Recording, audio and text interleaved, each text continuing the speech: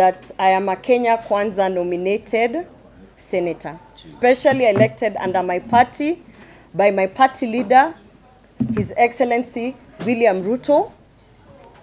And I want to speak authoritatively today, and I've told my colleagues here, and I will continue to say it to the Kisii community. Whatever is happening is not any doing of the president.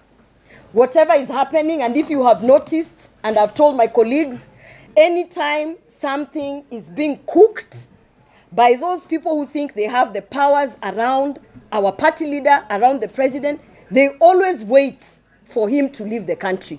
It is systematic. We have seen it in every single. We have seen it in every. The president is involved. We have seen it. Has been attacking our community. The president knows. You're going to talk. You're going to say. No.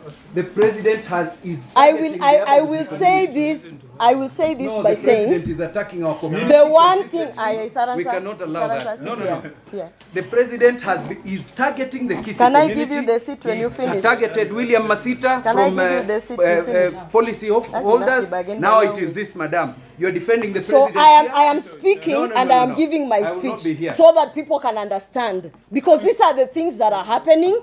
It happened even during my time when I was being removed. And this is not doing of the president. And so what we are going to say, and I will continue to say, is that the president has nothing to do with this. And as a matter of fact, because we signed the Kenya Kwanza Women Charter, I am here because I'm also upset because it is a woman leader who is being removed, because it is a woman who is being victimized. And so I want to say that those powers that be, or they think that surround there, at the end of the day, the president has got the interest of the Kisii community, but we urge him to come forward and stop this because our community is actually being targeted. So therefore, this is the message that I have sent. This is the message that I continue to give to my people, and I will even continue to tell my leaders. Thank you. Thank you. 70% of health commodities in Kenya have their origin in India, and we appreciate the partnership and the support. And we have discussed how we can begin to manufacture some of these commodities in Kenya, not just for the Kenyan market, but for the East African and the African market. And it will be mutually beneficial for Indian companies to do this in Kenya because it will benefit them and we will give them access to the African market using the infrastructure that we have already built under the Africa Continental Free Trade Area. I confirm that India has been immensely useful to Kenya, especially in the marine space. I have thanked Prime Minister Modi for the support of India in the research and documentation of resources in the Indian Ocean that are related and relevant to Kenya. We already have maps, we already have documentation that we are going to use for our marine and blue economy exploitation in Kenya, thanks to the government of India. And we look at what we can do more to deal with piracy, to deal with terrorism, and to deal with all the other activities in our shared waters in the Indian Ocean. Terrorism is a big issue both for Kenya and India, and we've agreed that our defense forces will work together in collaboration, sharing information, sharing experience, sharing knowledge and intelligence to make sure that we deal with the challenge of terrorism. I have explained to Prime Minister Modi about our situation in East Africa, the challenges we have of security in Sudan, in DRC Congo, in Somalia, and we are going to work together to see how we can stabilize and secure that region for the mutual benefit of the people living in the global south. I have also shared with him our experience, especially in the delivery of affordable housing, and learning from the great experience in this country on delivery of affordable housing, working on slum upgrading, and ensuring that citizens have decent households and live in dignity, that we are carrying out the same in Kenya, following in the example of India, to make sure that our citizens live in dignified, affordable dwellings.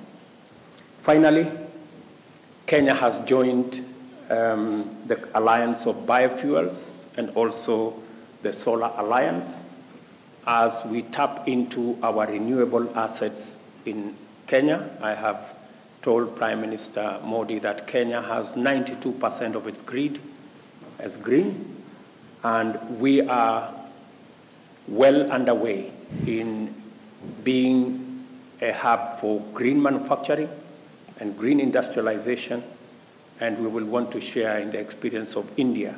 I benefited from Prime Minister Modi's example of what he is doing to people at the bottom of the pyramid, using clear interventions on areas of ensuring that those at the bottom of the pyramid have access to health. And I have assured him that we are doing the same in Kenya. We have now community health promoters in every village. We have 100,000 community health promoters across the country. And we are going to learn from India how they have made health affordable, especially for those at the bottom of the economic pyramid. We have also agreed on how we are going to leverage on the MOU that we have signed, especially in the space of technology and public digital infrastructure, so that Kenya can benefit from, especially on e-health, digitizing and using technology in telemedicine and telehealth. As we professionalize and as we digitize our health space in Kenya, we're going to learn from the experience of India so that we don't repeat the unnecessary lessons that have already been learned, and we can piggyback on their success and work together. And I am very happy that we now have an MOU that is going to provide us with a scope for capacity building between our two sectors, especially professionals in Kenya, learning from their counterparts in India.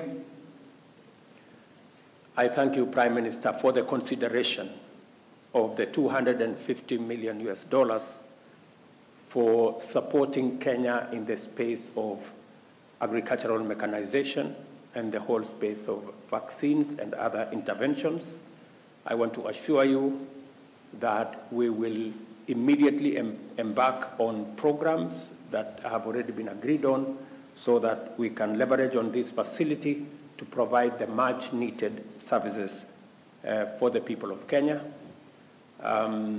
This facility is going a long way in delivering our commitment to the people of Kenya, especially in the space of health and food security, as we deal with the challenges of cost of living, ensuring that we produce enough food using mechanization to get our food security situation dealt with.